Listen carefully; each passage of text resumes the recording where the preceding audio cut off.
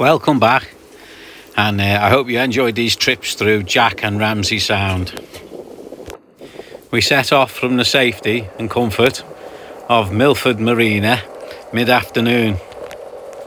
You have to go out of a lock, and you can choose lock times beforehand where you lock in and lock out, similar to other marinas I suppose.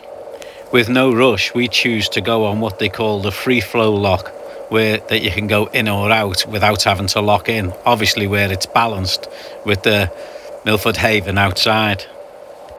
If you're going to have to lock in, you would have to tie up to what you see on the port and starboard side. These pieces now that you'd have to grab hold of, these woods coming up on the right here with the railings, you'd have to grab hold of one of those ropes, or on that side over there, tie yourself up and wait for the water to flood the lock or empty the lock, whichever it is. I'd just rather go a high water and save all the faffing. It's controlled by a control tower called the pier head. You would call them up to lock in or out. That's the control tower up there. It's funny it's called the pier head, because that's the same as in Liverpool. And not having to worry about locking out and putting fenders up, Lisa has plenty of time to pick all the lines up and the fenders and put them away. When you leave the actual exit from the dock, that's it over there, blurry one, is a clear one coming up. There it is, that's the exit. It's very hard to see at first when you're going in. There's a couple of buoys which mark the way out quite clearly, so you can't go wrong. These are them, the port and buoys. The channel you can see is the dotted line in front of them that runs down. Lisa asks me to take the helm, so I put the sail up. She says she's got something important to do, but it's just hanging out the washing. I've just put the foresail up. It's pulling quite well. We're not going far. We've only got a little 5-mile run down to the Dale. Lisa's put plenty of washing out though. We've got plenty of breeze, so the one sail's plenty to push us along. So I've said to Lisa, I don't know why you put all those extra spinnakers out. She gave me a bit of a look for saying that, and I don't understand why. They're very colourful. I'm sure if nothing else they'll bring a bit more leeway about. Transiting down Milford Haven, you're supposed to stay more or less out of the channels. It's not that hard actually, because it's quite a wide place and there's plenty of depth. You're supposed to do that to avoid shipping, and there's big ships come in. This one here, there was 3 tugs turning it round the corner. I think it took about a mile to turn on its own. Well, it don't take long before we get down the Dale, and this is the Dale Anchorage, or the Dale Moorings. It's a really pretty place, and it's a bit of a nature reserve as well. It's tucked away in the corner. You could say it's the jewel in the Nile, but it's not actually the Nile, is it? Still a little jewel though. They look after yachtsmen. They put a pontoon up for you. There's plenty of moorings about, and all as they ask is that you go down to the pub, buy a couple of beers and buy yourself some fish and chips and a chippy. Unfortunately, the pub weren't open when we were there. Ordinarily, it's quite easy to pump a dinghy up while you're actually on the pontoon, and then you motor ashore and there's a dinghy pontoon ashore for you to stop on. You can see the ramp in front of the buildings. Well, the chippy's there and the pub's there. I don't think there's a better place than this to depart for the 2 sounds. It's easy to time from here. The next morning I was pleasantly surprised to see somebody anchoring in a sister ship. Very nice. I'm not exactly sure of how many 290s were built, but I don't think it was a great number, so it's nice to see them. I had planned an 11:30 kick-off, but there was a couple of others kicking off at 11 o'clock, and I thought I'll tick round with them. And that's what we were doing. We were ticking round. We were going about 3 knots. Unfortunately, ASLAN picked up a lobster pot, and the lobster pot boat wasn't far away. ASLAN had one on board, just Jeff, and it must have been quite scary for him because he was quite close to the rocks when he picked it up. Fortunately, the lobster pot boat went and rescued him, and it gave him a tow all the way back to the Dale where he needed to sort things out. Well, the sounds to me is a time scale. You have to take them at the correct times if you want to make the best of them. Your first transit is to head for the Blackstones rocks. They're massive and you can see them quite clearly. You'll be heading well port of the Sound, but don't let this put you off. It's putting you in the correct path. I think it's safest to be here half an hour before slack water, so you're pushing a bit of tide. The idea of that is you can steer, you've got good steerage, and you've got time to make decisions rather than being rushed through. It's a spring and it's about 35 minutes that I get to Blackstones before slack water. I'm pushing against the ebb, which is about 1.5 to 2.5 knots, varying as you move around the sound.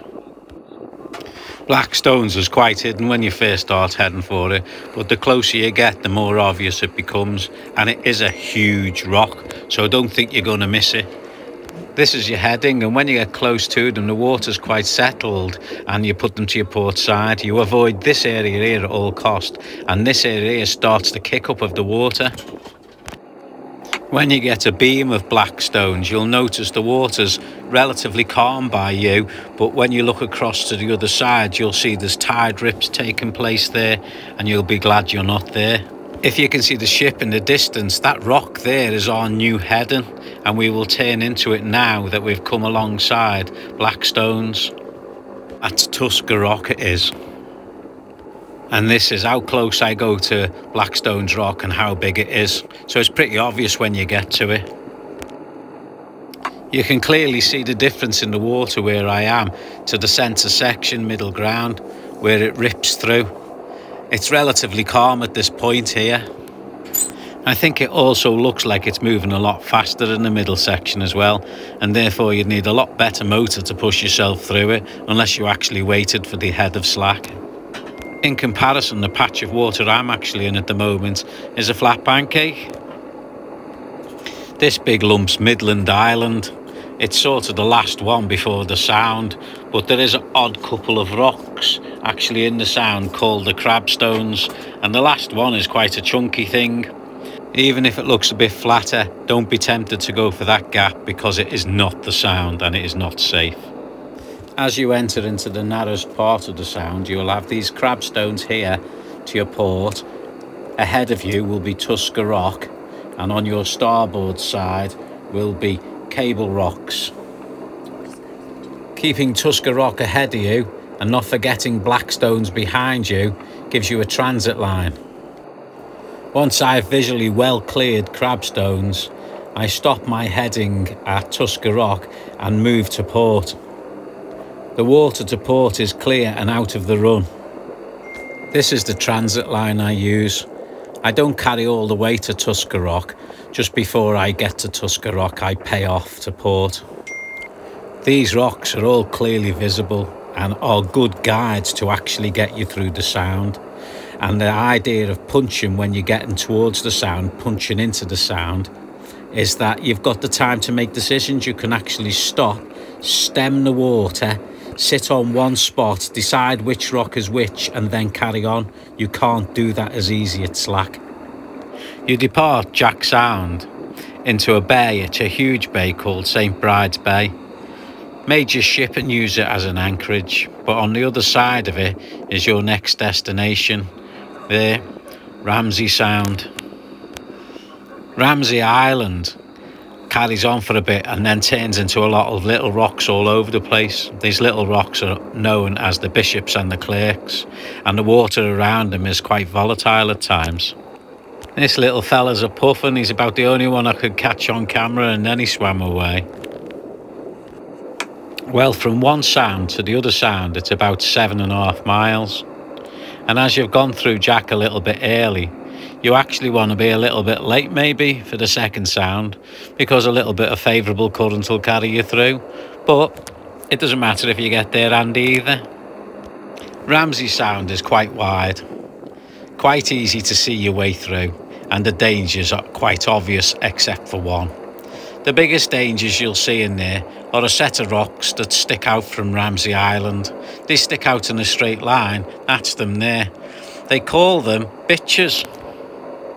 I suppose they call them the bitches because it would be a bit of a bitch if you got stuck in them. But they're relatively easy to see, and the only other obstacle that I know of in there is a rock called Horse Rock a little bit further along. Horse Rock is near mid-channel, so I suppose All you got to do once you've passed the bitches is move to port a little bit and you'll clear it. I've arrived here at slack water, so life's dead easy going through here. It's more or less a straight line. My transit line's more or less a straight line. That's it. That's where I run. I just watch out for the bitches on the port side and Horse Rock on the starboard side, and everything else is easy. The bitches really are some awesome rocks when you see them. They're almost like teeth, like a set of teeth on the side. You can't miss them, so you shouldn't really hit them.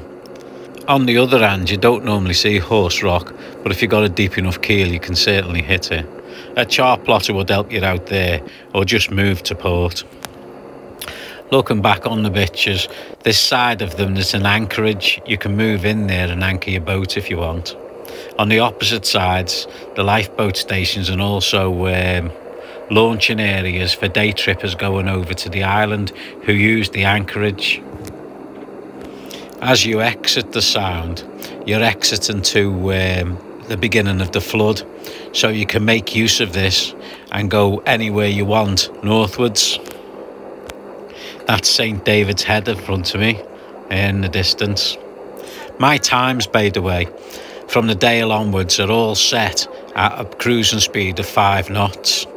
Presuming you can do 5 knots, otherwise you'd have to change your calculations to make things fit the way you want. Looking back at Ramsey Sound, I sort of think to myself, well, that's the difficult bit's gone. Everything else has got to be easy from now on. Going round the opposite way, round the side of the islands, through the Bishops and the Clerks, well, that's a job and a half. I've done it once before, and I spent a lot of time avoiding rocks and going up and down for a very long time.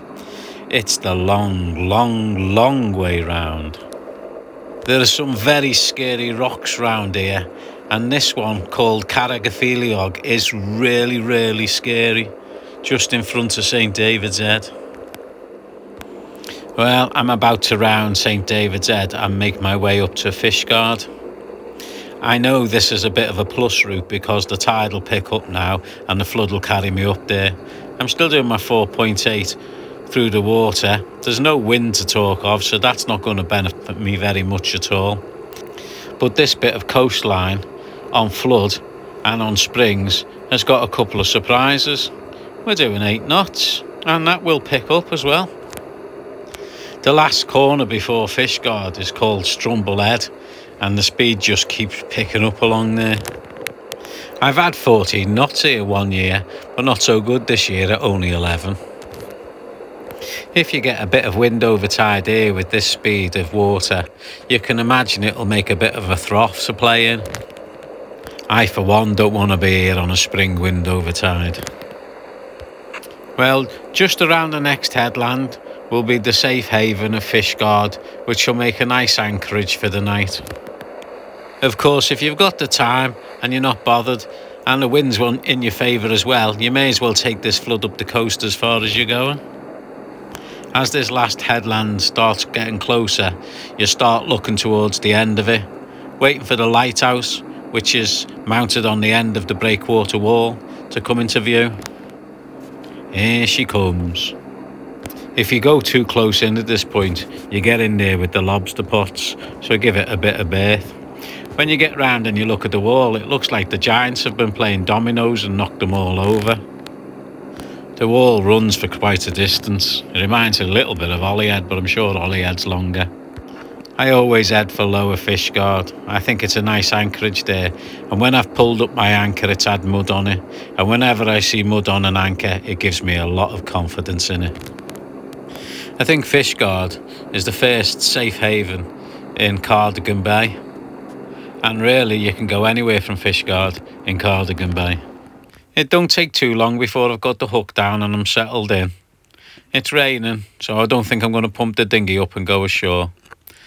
There's a little bit of town, Lower Fishguard, just around the corner there.